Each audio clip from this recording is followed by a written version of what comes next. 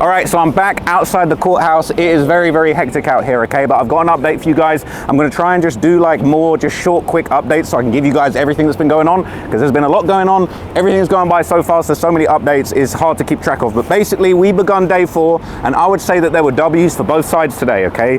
We saw some very, very interesting testimony from that lead detective who was on the stand at the end of yesterday. If you remember, the day the court proceedings ended yesterday, we had just seen the surveillance footage inside the convenience store where Quando Rondo and Lil Pab were getting snacks from at the gas station before the shooting went down. Now, what's really crazy is that we saw that footage, we saw it timed up with multiple angles of the shooting, but then the detective came back and he dropped a couple bombs. He said he got phone records for everyone. They've got Jam's IG messages, that led to phone numbers, and they got phone numbers for everybody. Lindsay, Jam, Vonnie, Jones, Dee Dee, Asa Houston, they got all the numbers, they got all the calls that they made to each other. It was bad.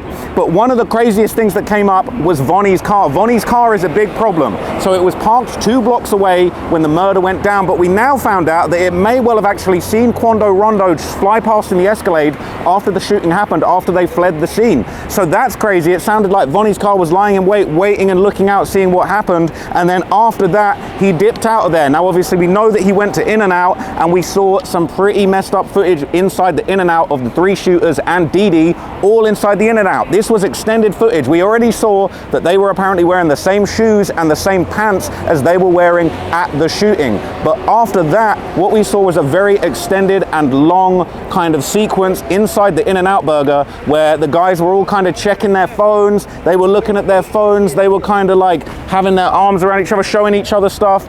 Jam was on the phone for an extended period of time. I'm not gonna lie, it looked like some of the other guys were kind of looking at Jam like, yo, you really on the phone right now? But then everyone was kind of looking at their phones. People was, I don't know if they was texting, looking at the news, showing each other things.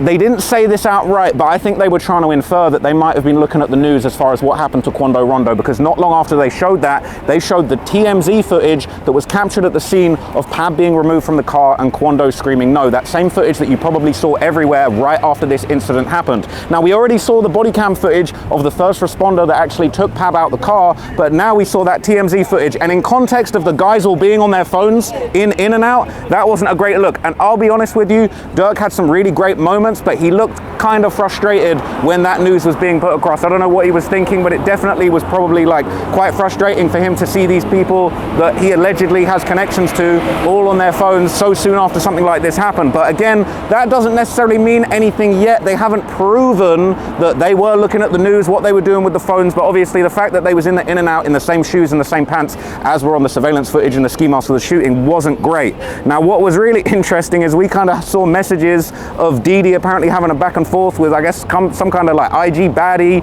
who he was talking to. He was having conversations with a girl saying, I'm on my way to LA. She's saying, why didn't you bring me? And he said, I didn't know, and I was going to LA till 2 hours before the flight. Now, that doesn't necessarily prove anything, but it's just interesting to just see kind of more context and him basically saying, I flew out there. Now, that doesn't help when you're hearing these claims that, you know, they flew out with just the shirts on their back to commit this crime. But again, the feds are kind of building up a picture at this point. Obviously, apparently, the flights were booked by somebody that worked for Durk. Durk and his team, they made it very clear. He didn't even, Brian Steele said, asked the detective, does Durk even know what's going on with his bank account? Does he check his bank accounts? They didn't really have any proof that Durk knew what was going on with his Amex cards. They have all different kinds of people, but the flights were booked at the In-N-Out. Like, basically, apparently, as they were going into the In-N-Out, while they were outside the In-N-Out, all of their flights back to Chicago were booked right after this supposed successful hit. Now, we saw Jam on the phone a whole bunch. We saw everybody all looking at their phones. Lindsay hands a phone to Dee Dee to show him something. They're all looking at their phones, all kind of talking. There's kind of moments where they sort of look like they're laughing, joking with each other a little bit. They seem like they're in a good mood, but they're also looking shifty. They're all in the In-N-Out, kind of looking over their shoulders, like looking out the window. It's definitely looking a little bit suspect and a little bit shifty. But basically, like, we're trying to just like build up a picture of what was actually going on immediately after that incident. So basically, after this, you know, they were going back and forth. Jam was showing his phone to other people. They were all looking at each other's phone. I feel like Durk was looking pretty pissed off. I noticed he was kind of doing this at certain points. He was kind of like looking a little bit, he was just looking a little bit frustrated with what he was seeing. Now, that doesn't necessarily mean that he is cooked or anything like that necessarily, because he saw some good stuff. But when they brought up his Amex records to show the flights right after the In-N-Out thing, I noticed he kind of grimaced. He was kind of like, he looked a little bit pissed, I'm not going to lie to you. So after that, another bombshell that was really, really bad news was that apparently, okay, we'd sort of been hearing this rumor of Vonnie's car, the BMW M5, kind of going between locations, sitting at Durk's house before the incident, leaving the morning of the incident from Durk's house and being left there when they went to Miami. Well, what we heard, I thought that they were saying that the car went right back to Durk's house immediately after the hit, but apparently that's not what happened. And a lot of people were asking a question about a black Escalade that was identical to Quando Rondo's turning up to the In-N-Out burger. Well, it turned out that when Vonnie left that spot, he went and parked the car somewhere in Hollywood and he left it there for a few days. But you know what he did after he parked the BMW M5? He got an Uber on his account right back to Durk's house. So that's not really a good look after all of this has gone down. You park off the car and go straight back to Durk's house. Now, in addition to that, Didi had messages where he apparently sent a viral clip to OTF members. Now, it kind of sounded a little bit like maybe Didi had sent this message. They showed the message that it was at in Quando Rondo. It said at Quando Rondo, where your pipe was at, gang, with 3 laughing emojis, 5 smoke emojis, a demon emoji, looked like a hurricane emoji, and some fire emojis along with the words risky. Now, they kind of made it sound like when the prosecution put this across that this was a message that this was a message that Didi had put out there, or that Didi had added Quando Rondo in the comments. Well, that was kind of put across, and we heard a bunch of comments and responses from OTF members, apparently other members like Breezo, Lil Varney, TTE Wickedman, Boona. They were all in the comments basically in some kind of group thread where Didi had sent this message, and the unfortunate thing is we didn't find out until later that that was a clip from an Instagram account that showed the footage of Quando on the street screaming no, the TMZ footage that was shown in court. And Didi commented underneath that, said he playing crazy. Varney said he acting bad. While that was going on, Durk was kind of scratching his head. I don't know if he looked a bit irritated or confused or just thinking, what the hell is this? What is this evidence got anything to do with me? But obviously it was a lot to get thrown onto him. But his lawyer, Brian Steele, came to the rescue soon after. And we saw probably one of the biggest shows of power for Lil Durk in this trial so far. Brian Steele got up there, he begun his cross-examination against the detectives, and I'm not gonna lie, he was putting a little bit of belt to ass to some of those detectives. Brian Steele is showing why he's a multi-million-dollar lawyer, and he attacked the credibility of the witnesses very succinctly. He said, okay, detective, he said, you spoke to a bunch of the cooperators personally, right? You spoke to Jam, right? They said, yeah. Said you were present with 12 different interviews with Jam.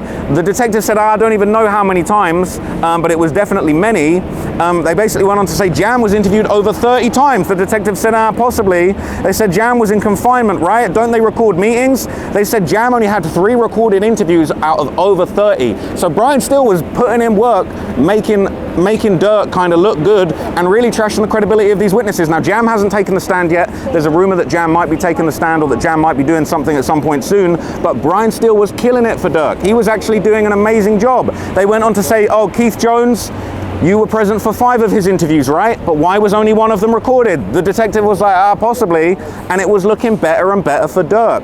After that, they said, Vonnie was interviewed in your presence 10 times, detective, and they were never recorded while you were there. And he said, yeah, you have to admit it, yeah, that's true. And they said, do you know why meeting a cooperator would not be recorded? And the detective said, I can't explain it to you. I typically record interviews, but that's not how this case has been covered. They said, well, context is important. They said, you know, why didn't you do that? Why is that going on? There wasn't really an answer for that, and it was honestly a good look for Durk. Brian Steele was doing an incredible job of that. So they went back and forth, and then really we got kind of jammed up in a very, very long exchange with Didi's lawyer. Now, Didi's lawyer was essentially kind of rebutting this evidence that he had shared this at Quando Rondo, why you ain't have your pipe message. And Didi's lawyer, I would say he spent too long explaining this, but this is his point that he made, and it was a point that was beneficial.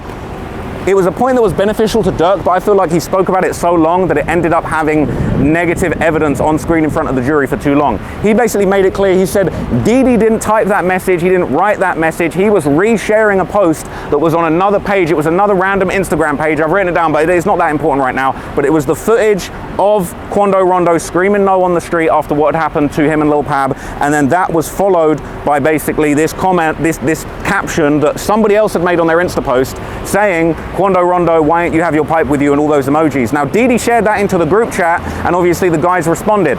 So the problem was Didi's lawyer was really straining the point, and I think at a certain point it was almost like, yeah, we get it, Didi didn't type that, but it's like you're inadvertently keeping this big post up of Didi basically bragging about the murder that he just allegedly lined up in front of the jury. I thought Brian Steele and Drew Findling looked very frustrated. I'm not going to lie, I could be wrong, but it looked like Brian Steele kind of turned around and shot daggers at Didi for a little bit, because it's kind of like, yo, we just did such a good job of attacking this detective and the witnesses and the lack of interviews, and you kind of showing this reposting of murder footage to make a point that's kind of not that important at this stage. So I do feel like that maybe caused some conflict between the different counsel and the different sides of the defense, but at the same time, Didi's point was understood. He didn't make that post, but at the end of the day, him posting the murder footage from somebody else's Instagram account with a comment that basically insults Quando, I'm not sure that was super helpful, and I feel like the defense for Durk would probably prefer that that was just ignored and we got to Jam and they let Brian Steele demolish Jam again. But anyway, that's everything that I'm going to tell you now. I'm going to come back and give you guys another update. I'm trying to do these short updates and get these to you as soon as possible,